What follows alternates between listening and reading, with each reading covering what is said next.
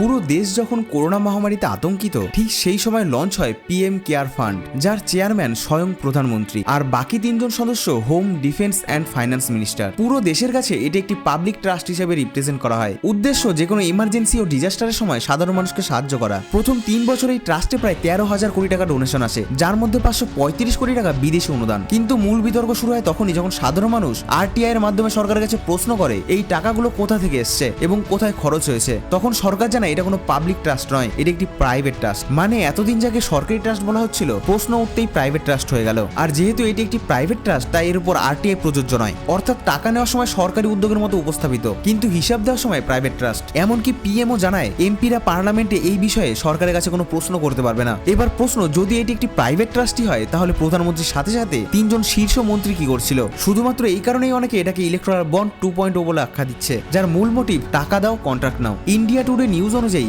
Mega engineer company 140 কোটি টাকা চাঁদা দেয়, তার বদলে 14,400 কোটি টাকার কন্ট্রাক্ট নিয়ে যায়। পরে কিছু ফার্মা কোম্পানির বিরুদ্ধেও একই অভিযোগ ওঠে, তারা অনুদান দেওয়ার পর নকল ওষুধ সংক্রান্ত ইনকোয়ারির উপর স্টে লাগিয়ে দেওয়া হয়। এই পুরো বিষয়টা নিয়ে তোমার কি মতামত? কমেন্টে অবশ্যই লিখে জানাও।